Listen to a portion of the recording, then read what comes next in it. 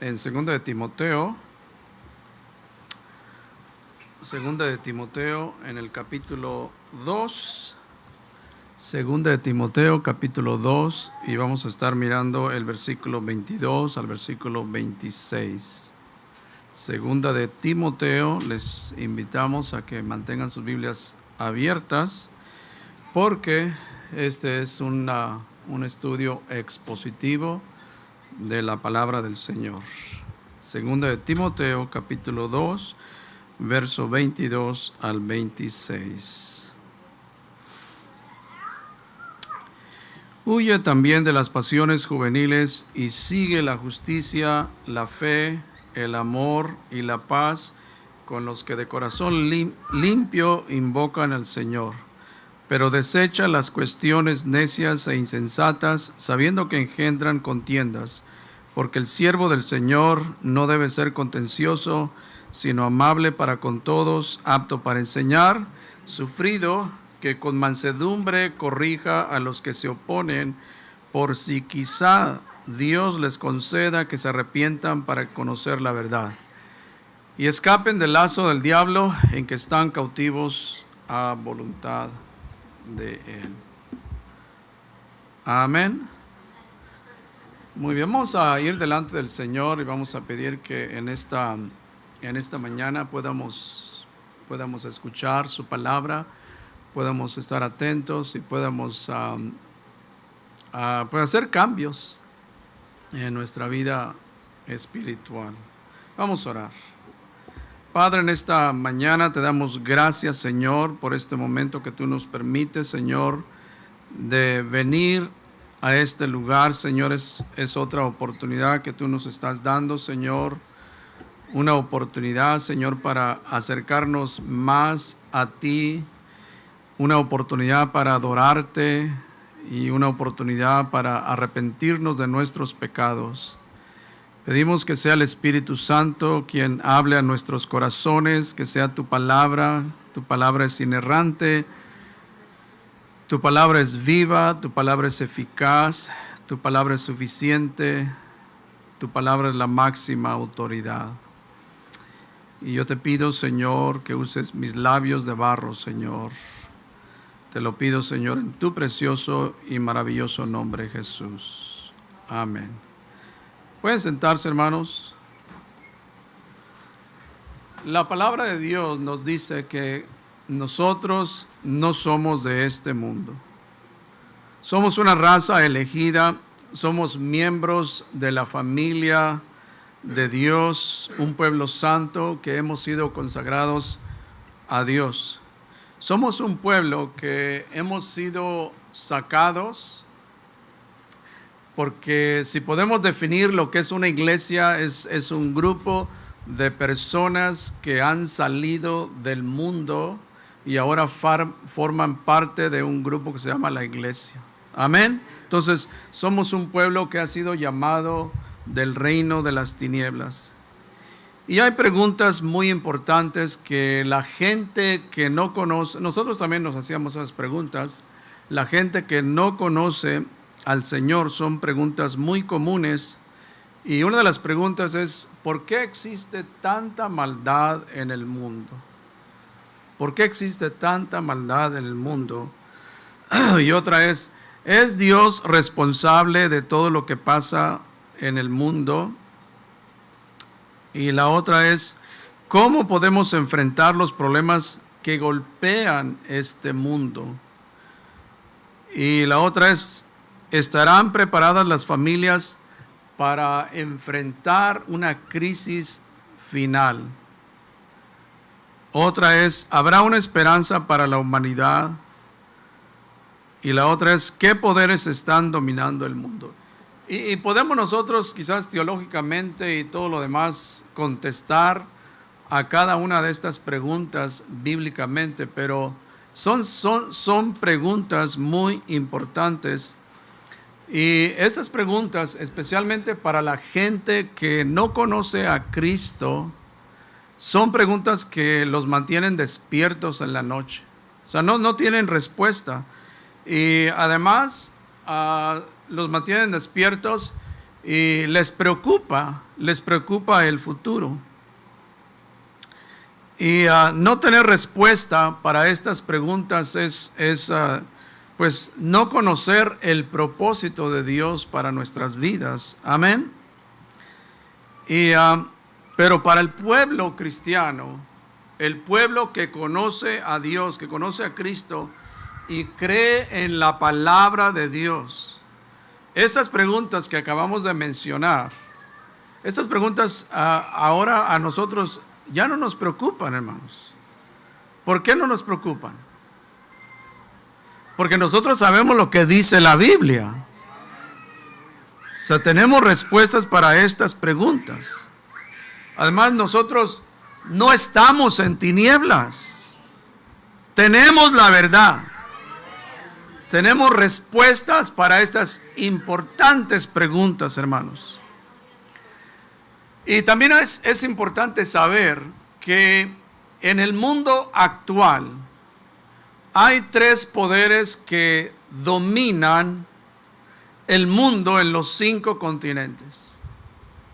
Hay 3 poderes. Y uno es el poder político, el poder económico y el poder religioso. Para su información, la mayoría de las guerras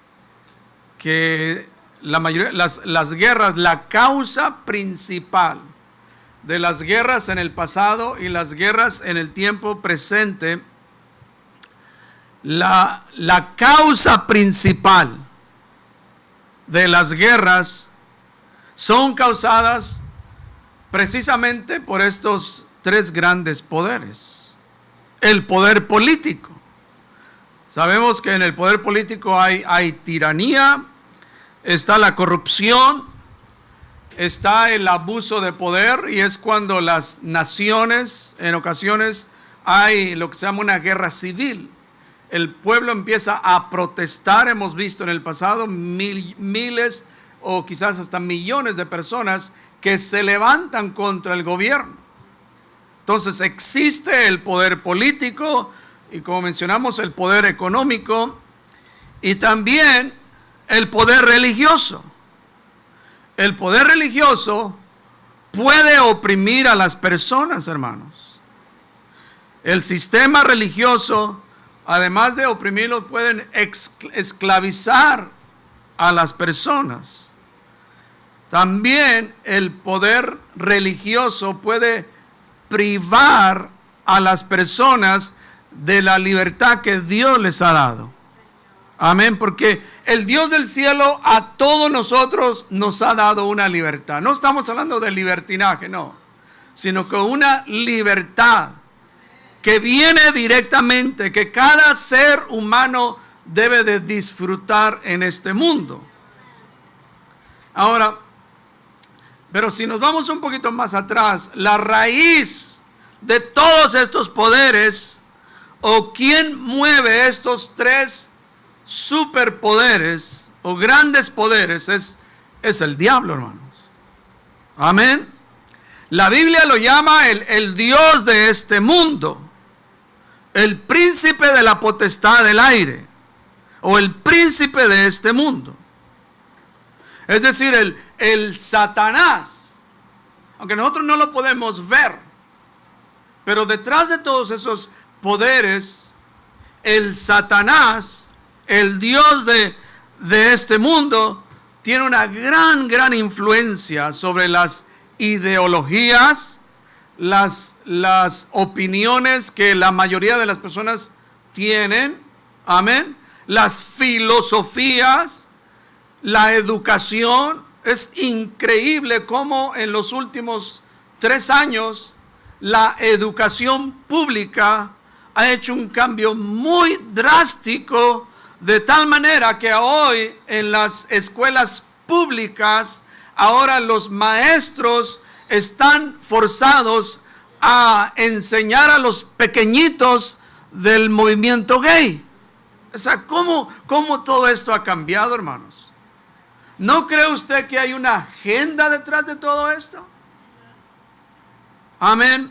El comercio, las falsas religiones del mundo, el Dios de este mundo tiene una gran influencia y el gran engaño por medio de dos grandes religiones que dominan este mundo, que es el Islam, que Islam cuenta con 1.4 billones de personas. O sea, pónganse a pensar, 1.4 billones. Y luego el hinduismo, 1.2 billones con B. Es decir, la cuarta parte de la población mundial son de estas dos grandes religiones. O sea, es algo increíble el engaño, la influencia del Satanás por medio de las religiones. Por eso Jesús dijo, y muchos falsos profetas se levantarán, dice, y engañarán, no a pocos, engañarán a ¿qué? A muchos, hermanos. Muchos. Ahora Jesús también dijo, el ladrón no viene sino para hurtar y matar y destruir. Es decir, el ladrón roba la libertad de las personas. El ladrón mata la felicidad de otros, hermanos. Y el ladrón destruye matrimonios y familias. Pero las buenas noticias es que nosotros, el pueblo cristiano, ya no estamos bajo el dominio de Satanás. Son buenas noticias, hermanos. O sea, antes de conocer a Cristo sí estábamos bajo la ira de Dios. Pero ahora ya no estamos. Cristo nos hizo libres. Cristo nos compró con su sangre. Cristo derrotó los poderes de este mundo. Y es por eso que Cristo dijo, yo he venido para que tengan vida. Pero no nomás cualquier vida, hermanos. No. Dice, y para que la tengan en abundancia. ¿Qué significa tener vida en abundancia? Ahora, en primer lugar, solo esa clase de vida en abundancia solamente usted la encontrará en Cristo. Solamente. La palabra abundante significa en griego es periseo, que es excesivamente, altamente o exceder a una cierta cantidad o medida o sobrar. Y hermanos, quiera Dios que cada uno de nosotros estemos disfrutando esa vida abundante. Y nuevamente, no la vamos a poder disfrutar a menos que estemos en Cristo. Es la única manera. Alabado sea el nombre del Señor. Ahora, otro punto importante, hermanos. Los poderes de este mundo, podemos decir que son, los podemos llamar que son poderes externos. Amén. Son poderes de afuera. Esos poderes externos dominan los aires. Son poderes de este siglo que usted y yo no tenemos ningún control sobre ellos. Son poderes externos. Están fuera de nosotros. Amén. Pero también hay poderes, o más bien o algo interno. Hay algo dentro de nosotros, o sea, no son externos, son internos, que son parte de nuestra naturaleza caída. Amén. Estos son deseos carnales, esto es la malicia, el egoísmo, el engaño. Y hay cosas que la gente la gente que no conoce a Cristo es una lucha, es una batalla. Por eso los crímenes horripilantes y todo lo que es precisamente por la batalla interna del hombre. Pedro nos dice: amados, dice, os ruego como a extranjeros y peregrinos, y lo dice, que os abstengáis de los deseos que carnales que batallan contra el alma. O sea, Pedro no se refiere a poderes externos que golpean nuestro estilo de vida. Amén. O sea, Pedro dice que son deseos carnales que batallan no con el alma del vecino, sino que estos deseos batallan con nuestra propia vida. Amén. Son internos, hermanos. Y hay gente, hermanos, que no conoce a Cristo y que tienen unas luchas incontrolables. Es una realidad. O sea, la gente que no conoce a Cristo tiene una lucha incontrolable. Algunos de ellos tienen fuertes deseos de lujuria. Otros deseos incontrolables de la avaricia. Están luchando por dentro, hermanos. Y también hay personas que tienen celos incontrolables. De tal manera que no controlar esos celos, muchos de ellos cometen locuras, hermanos. Y en las cortes, cuando las personas cometen los crímenes, y siempre el juez, el jurado, trata de buscar cuál es el motivo, por qué te hizo hacer tal cosa. No nomás miran lo que se hizo, sino que miran ellos el motivo. Y si el motivo fue tu deseo, tu venganza y todo eso, va a ser peor la condenación. ¿Sí me explico? Alabado sea el nombre del Señor. Mire lo que dice Proverbios capítulo 6, 30. Y nuevamente, algunos de nosotros en el pasado quizás teníamos esa lucha, hermanos. Teníamos esa lucha. No podíamos controlar. Nos dominaba lo que estaba por dentro. Queríamos ser victoriosos. No podíamos, pero gracias a Cristo que Él vino a nuestras vidas, hermanos. Oh, yo le doy infinitas gracias a mi Padre Celestial. Miren lo que dice Proverbios respecto de los celos. Proverbios 6:34 dice: porque el hombre enfurecido, dice, porque el hombre enfurecido por los celos no perdonará en el día de la venganza. Increíble, ¿no?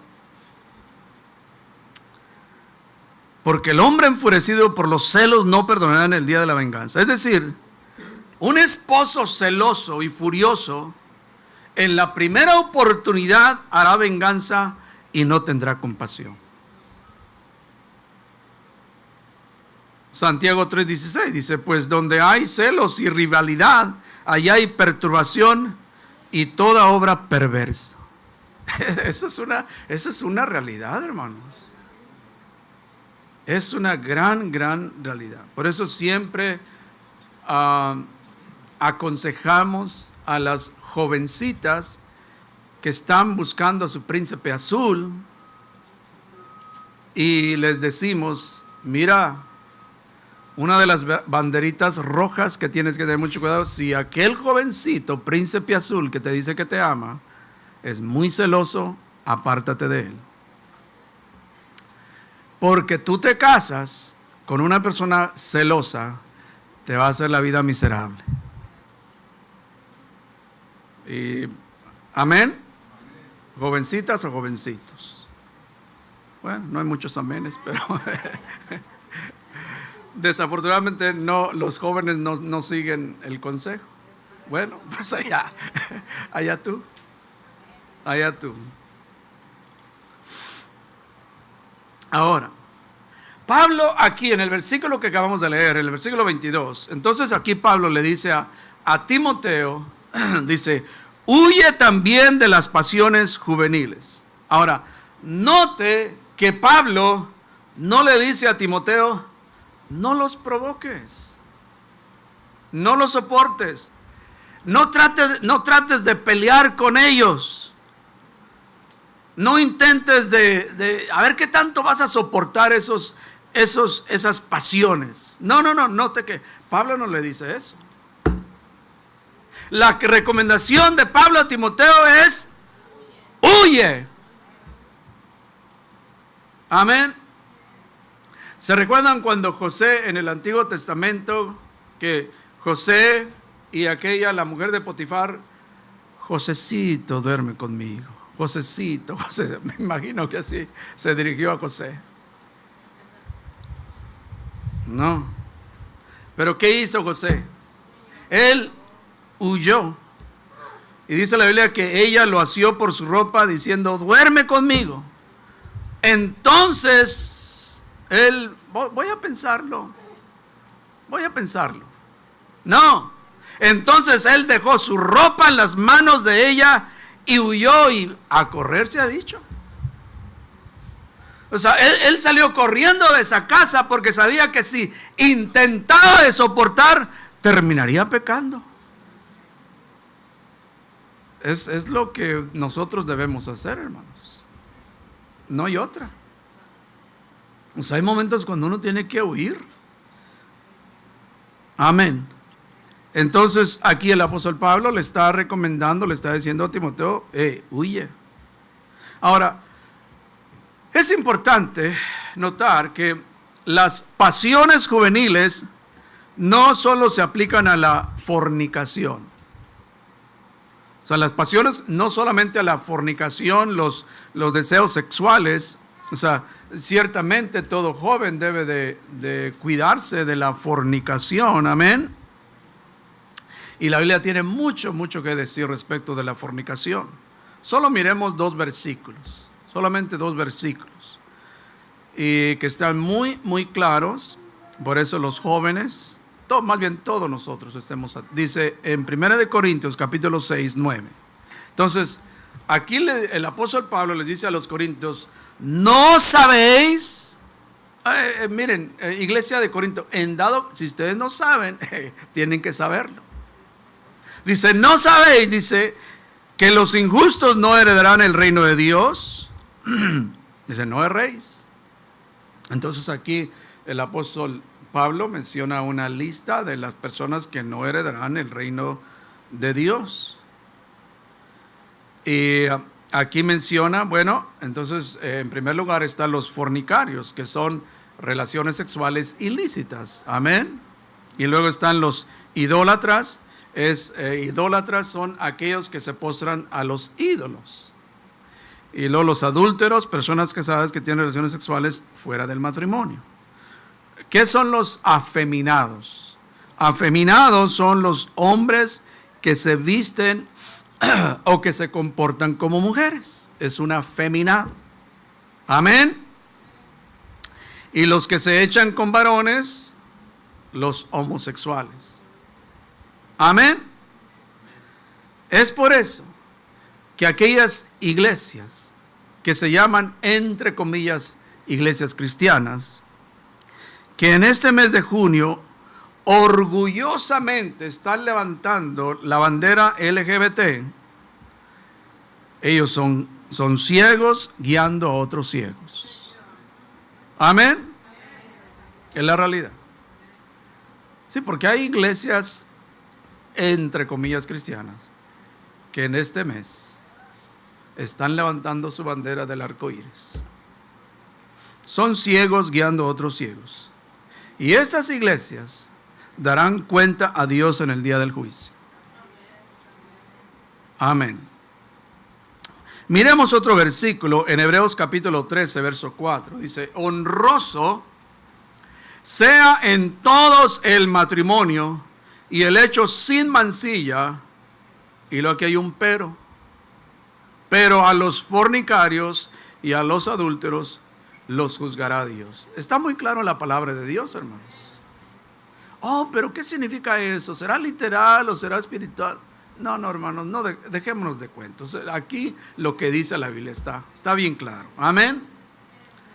El estudio bíblico que tenemos los días que estamos, ya en los días jueves, ya llevamos como 3 meses hablando del tema de la familia. Y todavía no hemos terminado. Pero bueno, el matrimonio es honroso a los ojos de Dios. El matrimonio debe de ponerse en alta estima. Es muy valioso. Es el diseño de Dios. Y claro, debemos de definir que el verdadero matrimonio es de un hombre y una mujer. Es el verdadero. 2 hombres, 2 mujeres, ese no es matrimonio. Amén. Porque el diablo y las ideologías de este mundo han estado constantemente en los últimos 3 décadas atacando la institución del matrimonio, lo que Dios diseñó. Y hay personas, y aún en el pueblo cristiano, hay personas que argumentan que el matrimonio, pues que nomás eso es un papel ahí que te dan la corte. Ese es un papel. No. Y lo dicen, no te cases, es mejor convivir, no necesitamos un papel, o un papel no nos va a unir. Lo importante es que nos amamos, eso es todo. No. Ese papel, hermanos, es un documento que verifica que un hombre y una mujer han hecho un pacto para unirse en matrimonio, de tal manera que ellos han puesto su firma, indicando que estarán comprometidos unos a otros, el uno al otro. Sumamente importante. No nomás es un documento ahí, no es un papel ahí, no. Es un documento importantísimo, hermanos. Ahora, algo más que podemos añadir a las pasiones juveniles es la lujuria, el orgullo de la vida, el deseo de obtener riquezas, el deseo de obtener poder. Entonces, el apóstol Pablo le dice aquí a Timoteo que huya de estas cosas. Pero ahora le dice, busca, huye y busca. Amén. Es decir, nosotros los cristianos que queremos honrar a Dios, queremos hacer la voluntad de Dios, tenemos que hacer 2 cosas. Tenemos que dejar algo. O sea, no es suficiente nomás cortarle aquí, dejar esto y esto otro. Amén. Tenemos que hacer 2 cosas. Primero, huir de estas cosas. Y segundo es seguir algunas cosas. Es decir, mantener un buen hábito de cosas que nos van a ayudar a crecer y a madurar. Amén. Nuevamente, no es suficiente nomás dejar el pecado. Ahora tenemos que fortalecer nuestra vida. Entonces aquí Pablo le dice a Timoteo que córtale aquí, pero ahora sigue la justicia, sigue la fe, sigue el amor, sigue la paz. Me gusta la versión del 95, dice, ten buenas relaciones con aquellos que invocan al Señor con corazón puro. Está bueno esa, me gusta esa.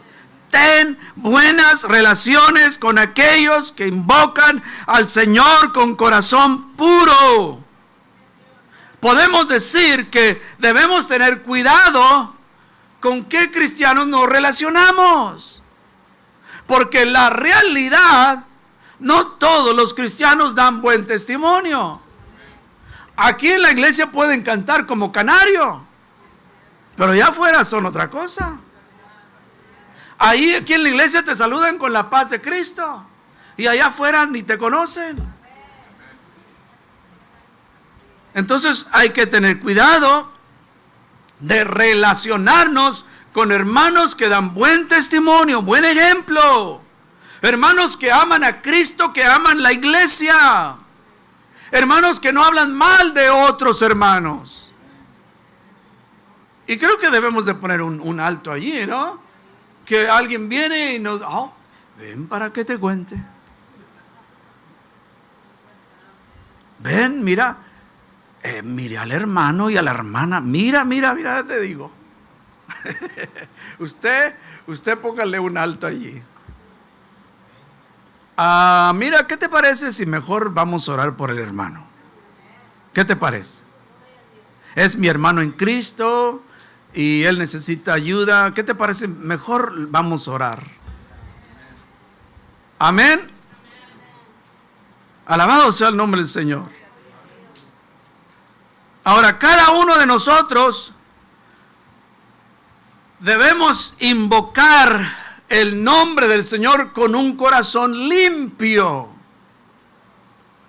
Amén. O sea, nuestro corazón limpio. Entonces, o sea, con esa libertad invocamos el nombre de Cristo, porque hay un corazón limpio. Por eso Pablo le dice a Timoteo, así nuevamente Pablo a Timoteo 2:8 dice: quiero pues que los hombres oren en todo lugar. Y dice, levantando manos santas. Entonces, si los hombres oran en todo lugar, tienen manos santas, sin ira ni contienda. Entonces, no hay ira, no hay contienda, son manos santas. Entonces hay un corazón limpio, hermanos, libre de engaño, libre de malicia. Que nuestro clamor a Dios sea sin engaño. Oh, que Dios nos ayude, hermanos. Que Dios nos ayude. Ahora, verso 23 dice: pero, otro pero allí. Nos gustan los peros aquí en esta iglesia. Pero desecha. Primero le dice huye. Ahora desecha las cuestiones necias e insensatas, sabiendo que engendran contiendas. Como decíamos el domingo, creo que el domingo pasado, decíamos que hay asuntos esenciales de las doctrinas de Cristo que vale la pena pelear. Amén. Hay asuntos doctrinales, esenciales, teológicos que debemos pelear por ellos. Pero también hay asuntos secundarios que no tiene caso discutir. No tiene caso discutir entre el pueblo de Dios. Ahora, otras versiones dicen cuestiones tontas e inútiles, discusiones necias que no tienen sentido. ¿Y qué pasa cuando nosotros, el pueblo cristiano, nos encontramos ahí discutiendo de la política y discutiendo de todo esto, ¿no? ¿Qué pasa cuando nos encontramos discutiendo cosas que realmente no tienen sentido, realmente no nos van a edificar? ¿Qué pasa? Terminamos en pleito. Amén. Terminamos en pleito. Por eso a veces cuando una familia, parientes se juntan a convivir, a pasar un buen tiempo y empiezan a hablar de política, y olvídese. Ahora, claro, en ninguna manera estoy diciendo de que no les hablemos de Cristo. Sí, debemos de hablarles, pero hay que ser sabios, hermanos, también. Porque hay tiempo para hablar. Amén. Hay tiempo para compartir a Cristo. Entonces hay que ser sabios en esa área. Ahora, versículo 24 dice: porque el siervo del Señor, dice, no debe ser que contencioso. Recordemos que Timoteo era ¿qué? Era joven pastor, era siervo del Señor. Amén. Era un servidor del Señor. Amén. Entonces los ministros que están al servicio, o más bien los ministros están al servicio del Señor y de los hombres también. Y la pregunta es, ¿cómo debe ser un siervo del Señor? ¿Cómo debe ser un siervo del Señor? Y ya hemos visto en el pasado las características, o más bien los requisitos para ser un pastor, etcétera, etcétera. Que nunca debemos de pasarlos hacerlos a un lado. Son requisitos. Amén. Entonces, ¿cómo debe ser un siervo del Señor? Bueno, seguir el buen ejemplo de nuestro Señor Jesucristo. Aprended de mí, que soy manso y humilde de corazón. Entonces el siervo tiene que ser humilde. Amén. ¿Usted ha visto aquellos ministros que los llaman celebridades? Y que llegan al templo en un carro lujoso. Y luego llevan guardia, les abren la puerta y luego tienen hasta les ponen una carpeta roja. Y se visten extra, amén. ¿Usted los ha visto por ahí? Digo, pues estos, ¿qué les pasa? Estos no agarran la onda, hermanos. Amén. Entonces aquí dice que ¿cómo debe ser un siervo del Señor? Entonces, el siervo del Señor debe ser amable, misericordioso, compasible. Otro, el siervo del Señor no debe ser peleonero. Amén. O sea, no debe ser peleonero, que siempre se la pasa discutiendo de todo. Ahora, nuevamente hay tiempo para discutir y claro, uno debe dar su punto de vista, pero también en ocasiones yo digo, es mejor que me calle. Muchas veces mejor he preferido, estoy en la familia y mejor no entrar porque no me conviene. Es mejor que me calle. Amén. Entonces, hermanos, el siervo del Señor no debe ser un peleonero. El fruto del Espíritu produce ¿qué? O más bien, el fruto del Espíritu no produce pleitos, contiendas o discusiones. El fruto del Espíritu, según en Gálatas 5, 22 y 23, produce ¿qué? Es amor, gozo, paz, paciencia, benignidad, bondad, fe, mansedumbre, templanza. Entonces, el siervo del Señor debe ser amable para con todos. Amén. Aún con el vecino que se mira y se viste extraño y que todo mundo, no te acerques ahí. Porque hay vecinos que, wow, el extraño de la comunidad, el raro de la comunidad, aún con ellos debemos ser amables. Ahí en la comunidad hay uno que pasa con su perro y es de la otra pandilla. Yo lo saludo. How are you doing? No le saco la vuelta. Y sé que es de la otra pandilla. Aún lo saludo. Entonces, debemos ser amables, hermanos. Entonces, dice aquí que debe ser amable para con todos. Amén. Gloria al Señor, no nomás con ciertas personas. No, ser amables con todos. Saludemos a todos, no importando la raza o el color. Oh, es que este es mi paisano.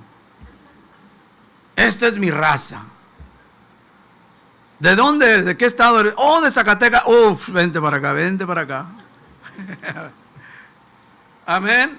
No, hermanos, no seamos así. No importa su estilo de vida. Por ejemplo, hoy en día hay muchas personas homeless y les sacamos la vuelta. ¿Por qué no los saludamos? How are you doing? Eso es todo. Amén. Le sacamos la vuelta. No. Nuevamente debemos de manifestar amabilidad. Porque no nos van a quitar ninguna santidad si los saludamos. Amén. No. 1 Pedro nos dice 3:8, dice, y finalmente dice, sed todos de un mismo sentir, compasivos, amándoos fraternalmente, misericordiosos, amigables. Entonces el siervo del Señor debe ser amigable, amable. El siervo del Señor debe ser, aquí dice, sufrido. ¿Sí notan aquí lo que dice? Sufrido. El amor todo lo sufre, todo lo soporta. Porque, queridos hermanos, nunca pensemos que la vida del creyente es puro gozo, puras victorias. Usted ha saludado a aquellos hermanos y ¿cómo estás? Oh, bendecido hermano, bendecido. Puro cuento, hermanos. Les gusta apantallar, les gusta que, oh, en victoria hermano. Esas palabras nomás las tienen aquí en los labios. Es puro cuento. ¿Por qué no son sinceros? Amén. Porque a veces sufrimos. A veces tenemos que sufrir, hermanos. Porque la realidad que viviendo en un mundo de tinieblas, nosotros los creyentes vamos a sufrir. Claro que sí. Claro que sí. Y en ocasiones tenemos que sufrir cuando somos humillados en público. Va a haber momentos así, ¿no? Cuando en público vamos a ser humillados y tenemos que aguantarnos. Amén. No hay muchos amenes, pero es la realidad. Timoteo tenía que sufrir como un buen soldado de Jesucristo. No somos exentos del sufrimiento si somos siervos del Señor. Porque todos sabemos lo que nuestro Señor sufrió por nosotros. Isaías 53:4 dice, ciertamente llevó Él nuestras enfermedades y sufrió nuestros dolores.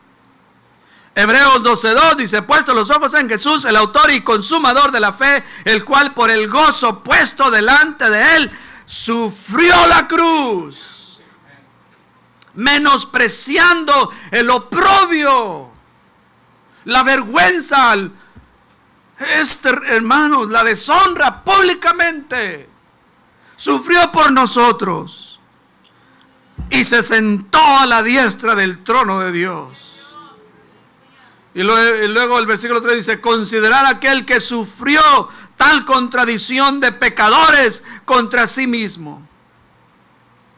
Y yo quiero decir que posiblemente, más bien no posiblemente, no posiblemente, en el futuro, para los verdaderos creyentes, no va a ser fácil. Amén. En el futuro, para los verdaderos creyentes, no será una vida fácil. Vamos a tener que sufrir por la causa de Cristo. Recordemos que no somos de este mundo. Recordemos que nuestra ciudadanía está en los cielos. Solo vamos pasando por este mundo. Y nuevamente recordando que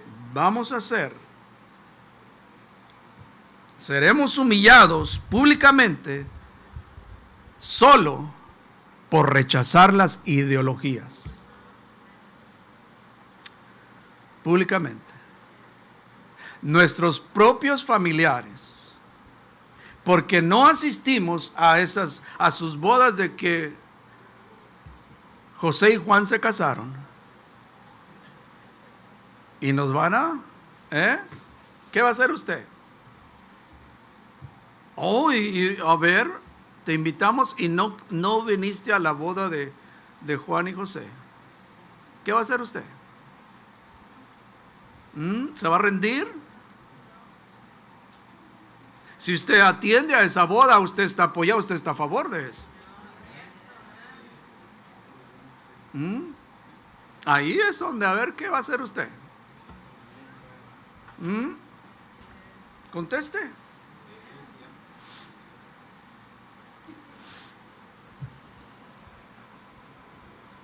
Alabado sea el nombre del Señor, pero en el futuro vamos a enfrentarnos a todo eso. Que nuestros familiares nos dejarán de hablar. Nos dejarán de hablar. Porque nosotros no apoyamos. En el futuro algunos cristianos van a tener que sufrir solo por querer tener una conciencia limpia delante de Dios. Y verdaderamente nos interesa mucho mantener una conciencia limpia por causa de nuestra conciencia. Mi conciencia no me permite hacer eso. La Biblia y mi conciencia no más. Sorry, pero bueno, no sorry, es la realidad. Amén. Oh, queridos hermanos. Pero una cosa sepamos. Segundo de Timoteo 2 dice: si sufrimos, también reinaremos con Él. Si sufrimos, también reinaremos con Él. Y ya vamos a concluir. Versículo 25 dice: que con mansedumbre corrija a los que se oponen, por si quizá, ¿qué dice? Por si quizá Dios les conceda que se arrepientan para conocer la verdad. Y la realidad, hermanos, que a nuestro alrededor siempre habrá personas que se van a oponer a lo que predicamos. Siempre habrá gente que va a contradecir. Nuestros parientes nos van a contradecir. Siempre habrá gente que se va a molestar. Amén. Se va a molestar por el mensaje del Evangelio. Pero es importante corregir, no retroceder, corregir a aquellos que se oponen o contradicen. Pero ahora la pregunta es: ¿cómo? ¿Cómo vamos a corregir? Hermanos, con gritos y enojos no vamos a lograr nada. Nos ponemos morados y no vamos a lograr nada, hermanos. Podemos ganar un debate, un discurso, y eso es lo que vamos a ganar, pero vamos a perder una persona. Entonces, ¿cómo lo debemos? Aquí lo dice el apóstol: ¿cómo? Con mansedumbre. Ahí está la clave. ¿Cómo lo vamos a hacer? Con mansedumbre. Nuevamente, la meta no es ganar un debate, un discurso. La meta es que las personas, ellos se arrepientan, que vengan al conocimiento de la verdad. Que se arrepientan, que salgan del error, que conozcan a Cristo, que conozcan el Evangelio. Puestos de pie. Dice John MacArthur, dice: todo arrepentimiento verdadero es producido por la gracia soberana de Dios, y sin esa gracia todo esfuerzo humano para cambiar es inútil. ¿Sí escucharon eso, hermanos? El arrepentimiento es la gracia verdadera. Y dice: y escapen del lazo del diablo en que están cautivos a la voluntad de Dios. La mayoría de las personas, más bien la gente que no se conoce a Cristo, ellos están en un error y ni cuenta se dan que son cautivos por el diablo. O sea, el Satanás les ha cegado los ojos. Ellos están en tinieblas. Y para eso fue llamado el apóstol Pablo. Hechos 26, 18. Puedes pasar, hermano Noé, gracias. Para que abra sus ojos, le dice Cristo a Pablo, para que abra sus ojos, para que se conviertan de las tinieblas a la luz y de la potestad de Satanás a Dios. Nosotros, queridos hermanos, éramos cautivos del error y de las tinieblas, pero ahora por la gracia de Dios estamos en la luz. Así que si el Hijo os libertare, seréis verdaderamente libres. Oremos.